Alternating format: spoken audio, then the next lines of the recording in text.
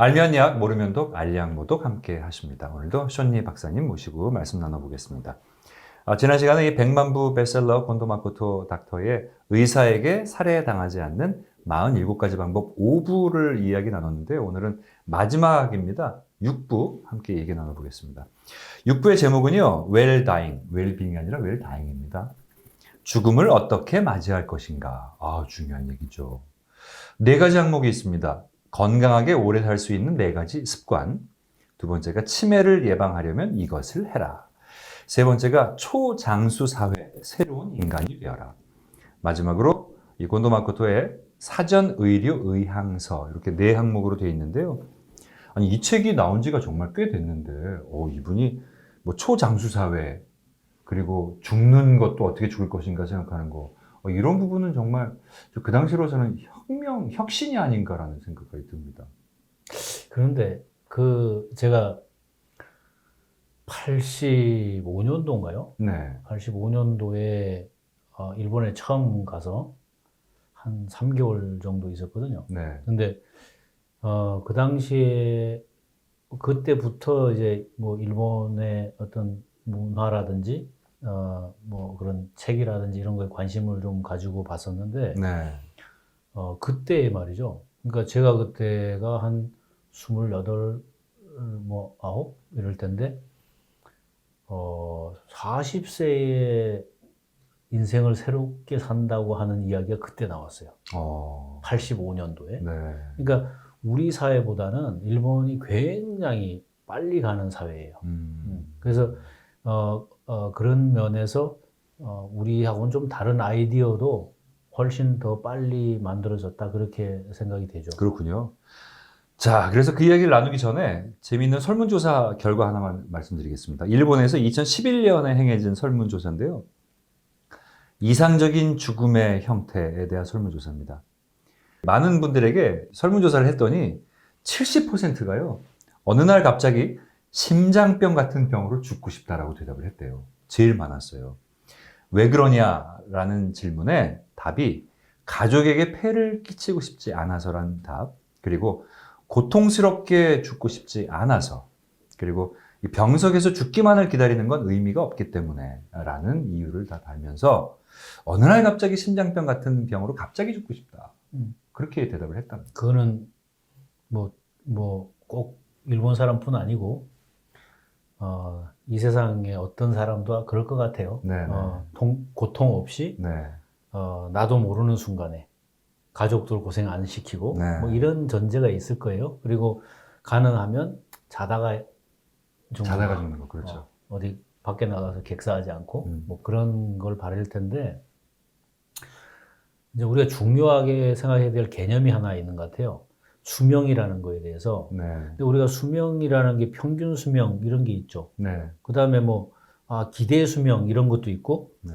그런데 수명. 건강 수명이라는 게 있거든요. 생활 수명 뭐 이런 말이죠. 그래서 건강 수명이라는 건 어떤 거냐면 남의 도움을 받지 않고 내가 자립적으로 건강하게 살 수 있는 나이. 그런 수명.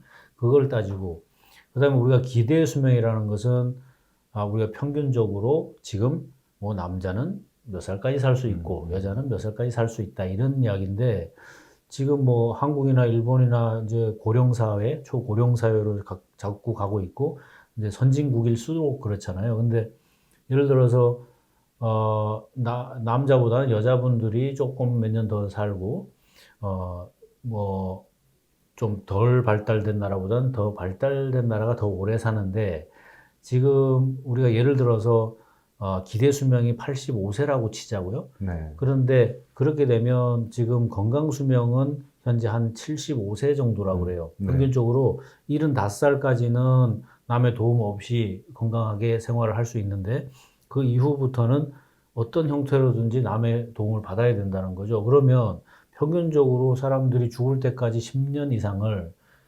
누군가의 도움을 받고 살다가 가게 돼 있다는 거죠. 네. 그러니까 그게 지금 굉장히 큰 문제인 거예요. 그러니까 우리가 요새 뭐 사회적으로 의료 비용이 많이 든다 할 때 물론 뭐 질병에 대한 비용도 많이 들 수 있지만은 이런 고령화에 따른 병에 걸리면 간병하는 비용도 들고 또 그 기간 동안에 여러 가지 처치를 하는 비용도 들고 하잖아요. 그러니까 우리가 오래 사는 게 굉장히 중요한 우리한테 명제지만 어떻게 하면 건강 수명하고 기대 수명을 근접하게 갖다 놓느냐는 더 중요한 문제 같아요. 네. 맞습니다. 자, 이 곤도마코토 박사의 의사에게 살해당하지 않는 47가지 방법 6부 중에 건강하게 오래 살 수 있는 4가지 습관이라는 제목의 글이 있습니다. 건강하게 오래 살 수 있는 4가지 습관이 뭘까요? 이게 참 응급 상황 외에는 병원에 안 간다.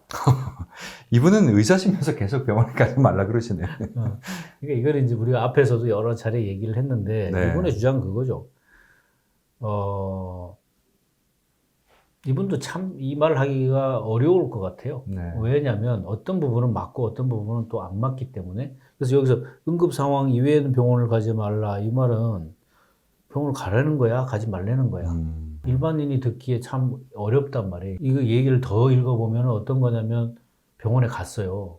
갔는데 이분이 이미 치명적인 상황에 있을 때 어떻게 하겠느냐 하는 문제까지도 생각을 해야 된다고 하면 결국은 병원에 가지 마 이런 논조의 이야기예요. 네. 그런데 우리가 어떤 인간의 수명이라든지 생명이라는 것을 철학적인 관점에서 본다 그러면 너무나 지당하고 맞는 이야기죠. 무슨 얘기냐면 현대의학이 아무리 좋다 그래도 암을 정복하지 못하고 있고 이런 심지어 독감조차도 정복하지 못하고 있는 이 현대 사회에서 과연 우리 생명을 현대의학이 지켜준다고 그렇게 결정적으로 담보할 수 있겠느냐 하는 거죠. 네. 그러니까 그런 게 들여다보면 스스로가 그 질병을 극복하고 이겨나가는 것이지 현대의학이 있기 때문에 100% 걔를 도와준다고 절대 말할 수 없다는 거죠. 네. 그러니까 이분이 논리는 어떤 거냐면 야 그렇다 그러면 항암제가 있는데 암으로 죽는 사람 한 명도 없어야 되고 병원이 이렇게 기술이 발달하고 의약품이 좋아졌는데 무슨 병이든 가서 병원에만 가면 해결돼야 되는데 거기서 부지기수로 죽어 나오는데 그게 병원에 가면은 뭐 무조건 째고 수술을 하면 결국은 삶의 질이 나빠지고 살려놓는다고 해도 그게 산 거냐 이런 이야기 하는 거예요. 그런 그렇군요. 관점에서 응급 상황이 아니면 병원에 안 가는 게 오히려 잘 죽을 수 있는 길이다 이렇게 이야기를 하고 있는 거죠. 사실 이 책을 읽었을 때 많은 분들이 그런 생각했을 것 같아요. 병원의 도움은 받되 의지는 하지 말아야 한다. 뭐 그게 굉장히 좋은 표현 같아요. 그렇죠. 네네. 네. 자, 그리고 두 번째 방법, 두 번째 습관 4가지 중에서 이게 이제 그 아까 연장선상에 있는 건데 네. 사전 의료 의향서를 작성하는데 이거는 일본식 말 같아요. 근데 어떤 얘기냐면 네. 제가 경험을 하나 말씀을 드릴게요. 저희 아버님이 폐암으로 폐암 말기로 판정을 받아서 6개월 정도의 사망을 하셨거든요. 근데 당시에 제가 너무 어렸으니까 뭐 너무 어렸다기보다 한 30살 이렇게 됐으니까 그런 일을 처음 당했잖아요. 네. 우리 집안에서 처음 당하는 일이니까. 네. 근데 저희 아버님은 내가 병원에서 죽기 싫다고 아예 선언을 하셨어요. 그 말기암 판정을 받았을 때. 왜냐하면 폐암은 지금도 굉장히 다루기 어려운 암인 것처럼 지금 뭐 90년도 같으면 벌써 거의 30년 넘었잖아요. 그러니까 그 오래 전에는 폐암 같은 건 거의 뭐 말기 가면 가망이 없는 거죠. 그러니까 본인 스스로가 병원에서 그러다가 죽는 것보다 그 남아있는 시간을 그게 뭐 6개월이든 1년이든 간에 내가 내 생을 정리할 수 있는 시간을 갖는 게 좋겠다 이렇게 이제 말씀을 하셨는데 제가 반대했죠. 예를 들어서 자식의 입장에서 볼 때 아버지가 큰 병에 걸렸는데 병원에 가는 거 안 가는 거를 그냥 방관했다고 내가 끝까지 생각하지 않겠는가. 그래서 아버지가 자식들의 입장도 좀 생각해 주셨으면 좋겠다고 해서 결국 이제 제 그 이야기 때문에 병원을 가신 거예요. 가셨는데 지금 오랜 세월이 지나서 돌이켜서 생각해 보면 내가 그렇게 할 권리도 없고, 그죠? 그런 주장을 해서도 안 되는 거였어요. 그 다음에 또 하나는 뭐였냐면, 이제 입원을 해서 점점 급속하게 나빠지기 시작을 했을 때 병원에서 만약에 위급한 상황이 생기면 어떻게 할까? 소위 말하는 연명 치료를 얘기하는 거예요. 네네. 연명 치료를 할 거예요, 말 거예요. 그렇게 했는데 제가 옆에서 보니까 살아있는 게 아니야. 본인 스스로가 너무 힘들어요. 너무 힘들어서 만약에 뭐 전기 충격기를 가지고 다시 살리고 뭐 약을 줘서 살려놨다고 친들 그 생명이 한 달을 더 연장되든 두 달을 더 연장되든 도대체 무슨 의미가 있고 당사자한테 얼마나 어렵겠나 그런 생각이 그때 가서 들었어요. 그래서 제가 그런 일이 있다면 연명치료를 하지 않겠습니다. 그렇게 얘기를 했어요. 근데 지금도 저는 후회하지 않아요. 그 부분에 대해서는.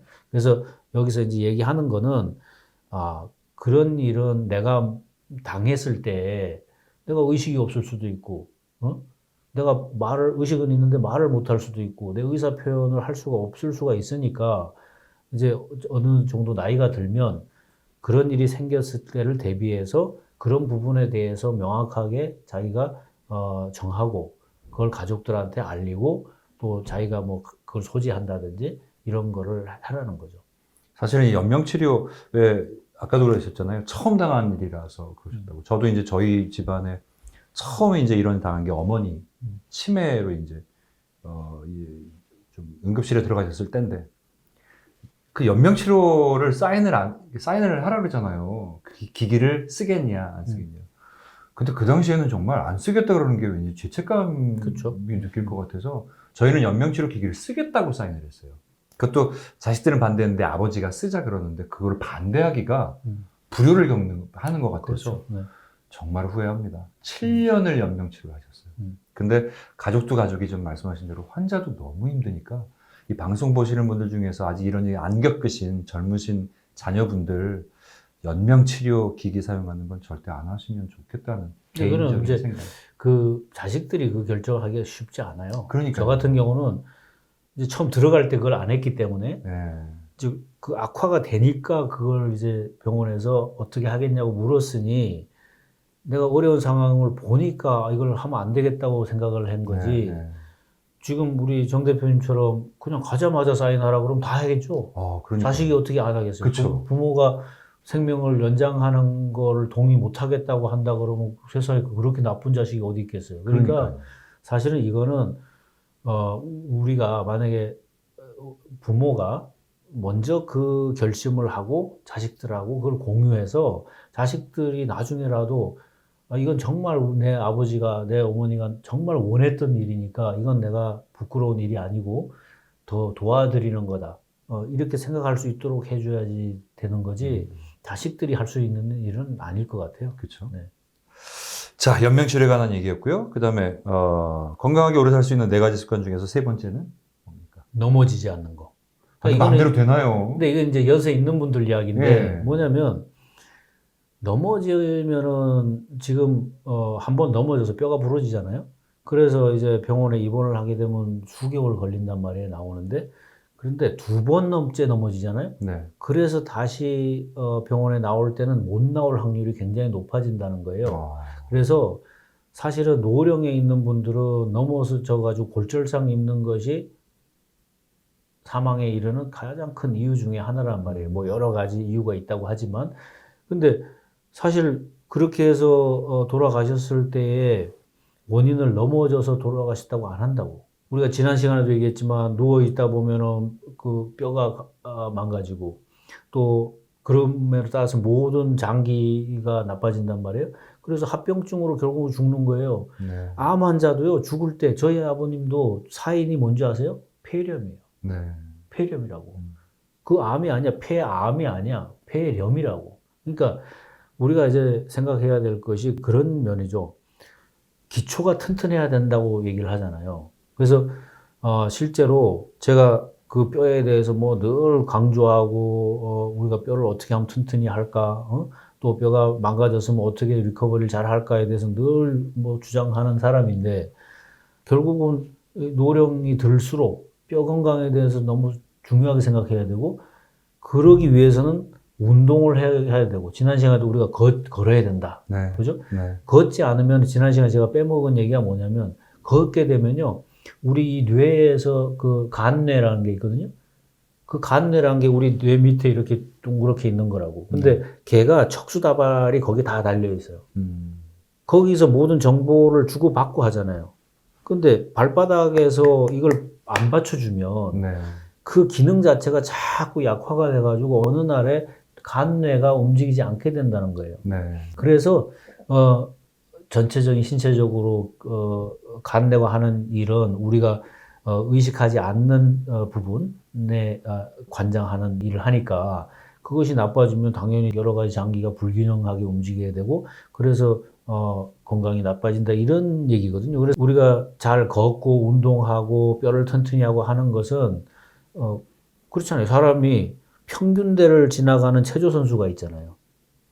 그 처음부터 균형을 잡을까요? 아니에요. 그렇죠. 지속적으로 그 평균대를 걸어가기 때문에 그 사람이 균형을 잡는 거예요. 마찬가지로 우리가 노년이 됐을 때에 몸이 뭐 좀 둔해졌다 그래서 자꾸 피하잖아요. 움직이는 걸. 더 잘 움직여야 균형도 더 잡게 되고 안 넘어지게 된다. 이런 뜻으로 이해하시면 제일 좋을 것 같습니다. 네. 넘어지지 않도록 주의하는 게 뭐 주의가 되겠습니까?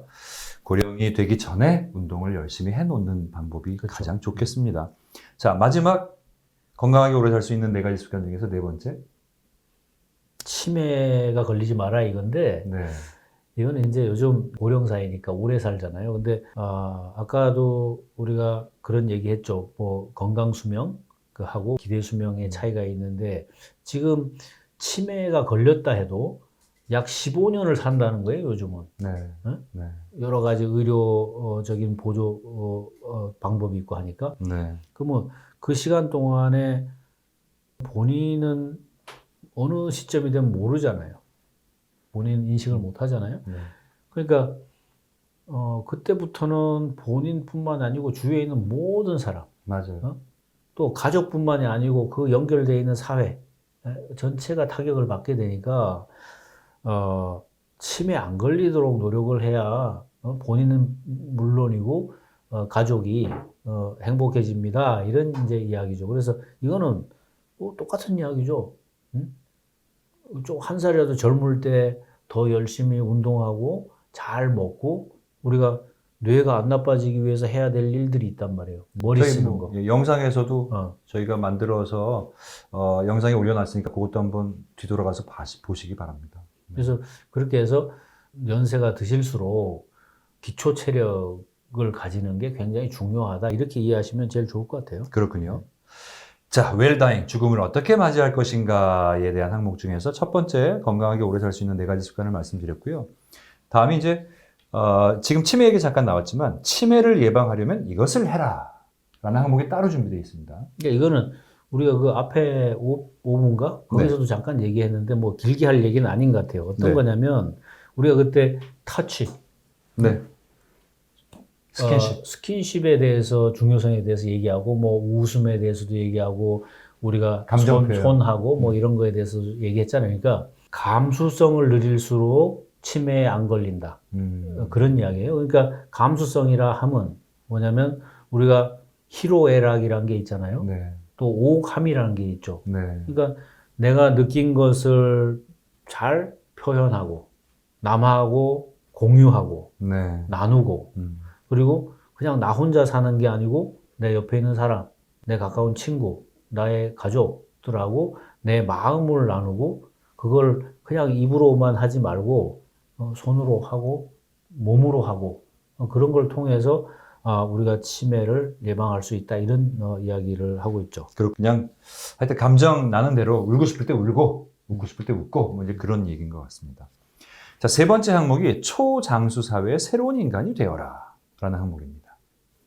이건 뭐 했던 얘기 자꾸 하는 것 같아서 좀 그런데 네. 지금 지금 이제 뭐 초장수 사회라는 게 우리가 지금은요 사실 언제 죽을지 모르겠어요. 언제 죽을지 모르겠어. 맞아요. 세상이. 맞아요. 과연 우리한테 죽을 기회를 줄 것인지조차 알 수가 없어. 네. 그러니까 제가 굉장히 딜레마로 생각하는 게 뭐냐면 우리 현대인들 현재 지금 제가 뭐 금년에 63인데 네. 내가 살아온 것만큼 더 살지도 모르겠다고 하는 불길한 예감이 든단 말이에요. 진짜 불길한 예감이네요. 생각해 보세요. 저도 반을 더 살려면 못 살 것 같은데. 나보다도 밑에니까 한참 더 살아야 되는데. 그래서 아까 우리 우스갯소리 했잖아요. 네. 우리가 오래 살 거기 때문에 그렇게 서두를 게 없어. 시간을 좀 낭비하는 방법도 알아야 돼. 뭐 이렇게 우스갯소리를 했지만 오래 살기 때문에 우리가 오래 살 준비를 해야 된다는 거지. 지금 세상이 너무 빨리 바뀌잖아요. 그걸 내가 나이 먹었다고 자꾸 이렇게 내가 그런 거 어떻게 배워 이러지 말고 새롭게 바뀌는 걸 자꾸 따라가고 학습하고 해야 네. 뇌도 치매 안 걸리고 네. 또 살아가는 것도 더 건강하게 살아갈 수 있고 그래서 오래 사는 만큼 우리가 새로운 관점에서 우리 인생을 재설계해라 이런 뜻으로 이해를 하면 되겠어요. 그렇군요. 자, 의사에게 살해당하지 않는 47가지 방법. 그 6부의 마지막 항목에 가기에 앞서서 이 책에 보니까요. 암을 선고받았을 때 대처법이라는 또 항목이 있어요. 네. 어떻게 하라는 얘기입니까? 이게 뭐 얘기하기 참 어려운 주제거든요, 이거. 네. 근데 이제 어쨌든 이 책을 우리가 소개하니까 이분의 이야기를 뭐 전해드릴 수밖에 없는데 네. 일단 수술을 할 때 고민을 좀 많이 했으면 좋겠다는 거예요. 네. 저도 생각이 비슷하거든요. 특별히 뭐 장기를 잘라내고 뭘 뜯어내고 하는 거, 뭘 열고 막 이러는 거 있잖아요. 그거를 최소화하는 게 좋겠다 하는 게 이제 첫 번째고요. 네. 그 다음에 이 암세포가 줄어들었다든지 없어졌다는 것에 대해서 그것이 뭐 암이 치료됐다고 이야기하는 것은 넌센스다 이런 이야기를 하고 있는 거예요. 네. 그래서 실질적으로 너무 그런 현대 의료계에서 암에 대해서 그 무슨 암이 생기면은 병원에 가서 뭐 암이 있으면 이거 위암이면 뭐 자릅시다 이랬을 때 과연 이게 자를 수밖에 없는 일인지 잘랐으면 그 다음에 결과가 뭐가 예상이 되는지 네. 그런 거에 대해서 좀 심각하게 생각을 해서 내가 그냥 암이 있는데 평온하게 시간을 보낼 것인지 아니면 암하고 전쟁을 하는 그러니까 전쟁이라는 뜻은 뭐냐면 피지컬리 자르고 뜯고 꼬매고 하는 일을 해가면서 살 건지를 심각하게 결정을 해보세요. 이런 말인데, 이제 제가 자세히 읽어보니까, 정말 그 암에 걸린 당사자가 이걸 듣고 판단하기 너무나 어렵다고 생각이 들어요. 그래서, 근데 이거는 이제 이런 경우일 것 같아요. 정말 말기암 환자인 경우에 이런 거는 생각해 볼 수 있다고 생각해요. 근데 뭐, 예를 들어서, 초기라든지 이런 경우는 그거 치료 안 받을 사람은 없을 것 같아요. 저도 이제 나이가 이제 50대 중반이 넘어가니까 친구들 만나면 이제 아직 암에 지금 뭐 암 환자가 아니니까 어떻게 얘기하냐면 난 항암 치료 안 받아. 난 병원 안 가. 이런 친구들이 주변에 많아요. 근데 아까도 이제 사실 박 박사님하고 사석에서 얘기 나누면서 그거 암에 안 걸렸으니까 하는 얘기지. 실제로 만약에 그런 이제 어려움에 닥치면 모른다. 생각해 보세요. 자기 혼자면 그 생각을 지킬 수 있어요. 나 혼자면. 근데 나하고 가족이 있잖아. 내가 와이프도 있을 수 있고 자녀가 있을 수도 있고 근데 자녀가 어리네? 그럼 자녀를 내가 없어지면 얘는 어떻게 할까? 이런 걱정. 그러니까 다른 고려를 해야 되기 때문에 이게 마음대로 되는 게 아니라는 거지. 그렇지만 그럼에도 불구하고 저희 아버님 소개를 했지만은 그렇게 뭐 돌이킬 수 없는 말기에 있는 사람들은 생각을 해야 돼요. 그러니까 그래서 제가 30년이 지난 이야기지만 제가 너무 아버지한테 죄송하다는 생각을 해요. 그때 그 결정을 존중했어야 되는데 내가 혹시라도 남한테 욕먹을까 봐 그렇죠. 자식의 이기적인 마음 가지고 그랬단 말이에요. 그래서 이 이야기는 모든 암 환자한테 해당된다고 하기는 좀 어렵지 않겠나. 그러네요. 그래서 정말 말기암 환자는 그렇게 해도 가망성이 없다 그러면 왜 그 시간을 낭비를 하겠어요. 그거보다는 내가 더 내 인생을 잘 정리하고 의미 있게 마무리하는 쪽으로 하다 보면 거꾸로요. 암을 6개월밖에 못 산다는 사람이 6년, 10년 사는 사람도 많단 꽤 말이야. 많아요. 네. 그러니까 우리가 뭘 안 하면은 정말 끝이 날 것처럼 생각을 하지만 그때에 자기한테 맞는 결정을 해서 내가 그 암과 함께 살아가면서 얘를 다독거려서 내가 이겨가겠다고 하는 새로운 방법, 그런 생각을 하는 것도 중요하다고 생각을 합니다. 네. 자, 이분이 이 곤도 마코토의 사전의료 의향서라는 걸 마지막으로 해서 책이 마무리하게 됩니다. 어떤 내용인가요? 그거는 우리 정 대표님 읽어주시면 좋을 것 같은데, 그 전에 네. 사람들이 다 죽을 때 그냥 집에서 자다가 죽는 걸 제일 원한다 그랬잖아요. 네, 근데 갑자기. 통계적으로 네. 자기 집에서 죽는 사람은 12.4%밖에 안 돼. 네? 그리고 80%는 병원에서 죽고, 요양원이나 이런 데 죽는 사람이 한 4.3% 되니까 다 객사하는 거예요. 인간은. 그렇게 생각하면. 그러니까 그래서 이분이 사전 뭐 의료 의향서인가? 이거를 써놓자 이렇게 얘기하는 거죠. 왜냐하면 내가 내 의사를 밝힐 수 없는 상황에 처해 있을 때 어떻게 나를 마지막에 잘 죽게 해줄 건지에 대해서 내가 스스로 요구하는 글을 써놓자 하는 거거든요. 네. 정 대표님이 좋은 목소리로 한번 읽어주세요. 야, 이분 저 참 내용 아주 가슴이 찡한 내용인데요. 곤도 마코토의 사전 의료 의향서입니다. 연명 치료는 절대 하지 말아 주십시오. 나는 오늘까지 자유롭게 살아왔습니다. 64세까지 좋아하는 일에 열중하며 행복한 인생을 살았습니다. 그러니 나답게 생을 마감하고 싶습니다. 지금 나는 의식을 잃어가고 있거나 불러도 아주 약하게 반응할 뿐이라고 생각합니다. 이미 자력으로는 호흡도 거의 불가능할지 모릅니다. 하지만 이대로 눈을 감아도 전혀 여한이 없습니다. 그러니 구급차는 절대 부르지 말아 주십시오. 이미 병원에 실려왔다면 인공호흡기를 연결하지 마십시오. 연결했다면 떼주십시오. 자력으로 먹거나 마실 수 없다면 억지로 음식을 입에 넣지 말아 주세요. 수액도, 튜브 영양도, 승합제, 수혈, 인공투석 등도 포함해서 이 연명을 위한 치료는 그 어떤 것도 하지 말아 주십시오. 이미 하고 있다면 전부 중단해 주시기 바랍니다. 마치 유언 같은 내용이고요. 전 이 내용이 지금 제 마음이랑 제 마음이랑 똑같아요. 저도 저희 아이들한테 이렇게 얘기할 것 같아요. 네. 어떤 걸 느끼셨습니까? 연명치료. 아까 우리가 우리 경험을 얘기했었잖아요. 네. 그러니까 가서 얼떨결에 그냥 사인해버리니까 7년을 연명 치료를 한 거잖아. 네, 저는. 네. 그죠? 거기에 인간의 뭐 삶의 존엄성 문제라든지 뭐 여러 가지 뭐 얘기를 하잖아요. 하는데 잘 죽을 권리도 있는 거죠, 사람이. 그러니까. 참 멋진 표현입니다. 잘 죽을 권리. 그래서 저는 이런 말씀을 드리고 싶어요. 오늘 이제 길게 얘기를 했고 우리가 지난 6번에 걸쳐서 이 책을 사실 이 출판사 싫어할 것 같아요. 너무 책을 디테일하게 해서. 근데 결론은 이런 것 같아요. 우리가 어차피 태어나면 죽게 돼 있잖아요. 언제 죽고 무슨 이유로 죽고 그건 다 다르죠. 그러면 그랬을 때 우리가 그것을 어떻게 마주 대할 것인가, 어떻게 대하고 갈 것인가 하는 것이 중요한 거지. 이미 죽는 문제를 우리 마음대로 할 수 없다는 걸 인정하고 나면 그 다음에 좀 더 쉬워지지 않겠는가. 네.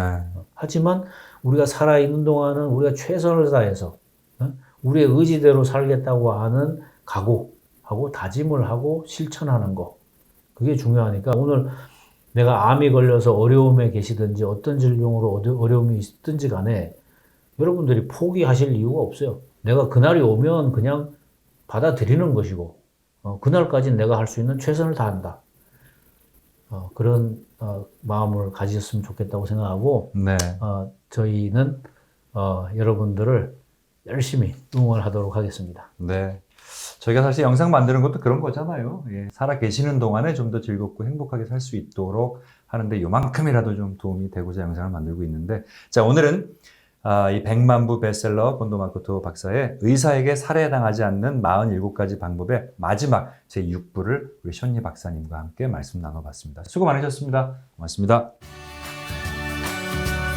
구독, 좋아요 눌러주세요.